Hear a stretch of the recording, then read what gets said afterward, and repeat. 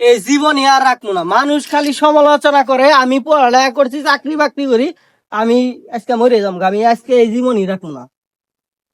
এ ভাই, এই আপনি মরতে যাচ্ছেন কেন? মরা কি কোনো সমাধান? এর থেকে লাভ দিয়ে পড়লে তো আপনি নিশ্চিত মারা যাবেন। হুনেন আগে, দেই কি হয়েছে, আপনি কোন দেই আগে, সমস্যা কি? ভাই পড়ালেখা করছি, চাকরি বাকরি কিছু নাই, বেকার, এই সব কথাই বলে। ভাই বাবা মার চোখেও মনে করেন যে আমি একবারে মনে করেন যে বাজে একটা ছেলে, আমার দ্বারা কিছু হবো না। আর এই হাতে তো মনে করেন যে পাড়া প্রতিবেশীর বিভিন্ন প্রকার কথাবার্তা আছে।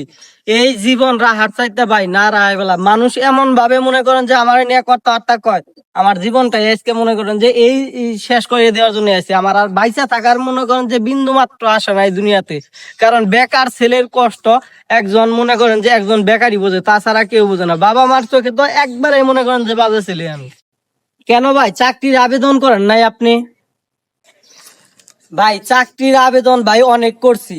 চাকরির আবেদন করতে করতে হাইটা যায় যে আমি আবেদন করছি, আমার জুতাও ক্ষয়ে গেছে গা ভাই, তারপরে চাকরি হয় না। ভাই চাকরিটা হবো কেমনি এই দেশে কোন? মামা খালু থাকলে চাকরি হয়। মামা খালু থাকার পরে যদি গেলে বাপের টাকা পয়সা না থাকে, তাইলে চাকরি হবো কোন দিকে?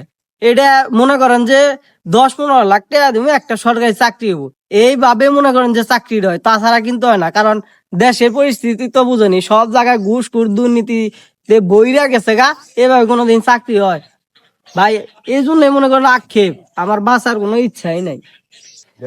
ভাই আপনি তো গার্মেন্টস এর চাকরি নিতে পারেন, তাহলেও তো একটা সমাধান হয়। গার্মেন্টস এর চাকরি নেন। গার্মেন্টস এর চাকরির কথা ভাই গন, গার্মেন্টস এর চাকরি তো মনে করেন যে আরো সোনার হরি। এই বাংলাদেশে সরকারি চাকরি চাইতে গার্মেন্টস এর চাকরি সোনার হরি। গেছি গার্মেন্টস এর চাকরি নিবেন নিগে, আমি দেখাইছি আমার সার্টিফিকেট গুলা যে আমি এত পড়ালেখা করছি, আমার একটা চাকরি তো দরকার। কিন্তু ভাই যে 8 পাস করছে, বুঝছেন, তারও চাকরি হইতেছে, অথচ মাস্টার্স পাসের সার্টিফিকেট নিয়ে যায় হ্যাঁ, মনে করেন গ্রাজুয়েশন করা সার্টিফিকেট নিয়ে যায় হ্যাঁ, চাকরি হয় না। কেমনে হইব?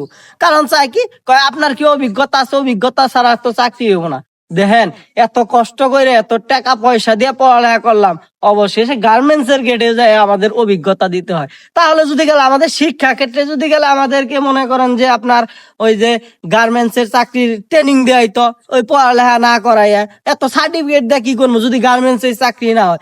ভাই দেশের অবস্থা এই বর্তমানে ভাই। আর যারা বেকার, আর বেকারের কষ্ট শুধুমাত্র বেকারেরাই বুঝে, এইটাই তো কইলাম ভাই। এই জন্যই তো মনে করেন যে সুইসাইড করতে গেছিলাম। কি করবো কন? চাকরি নিতে গেলাম আমি পড়ালেখা করে, অথচ ওই চাকরি হলো না আমার অভিজ্ঞতার জন্য। এটাই হলো বাস্তব ভাই।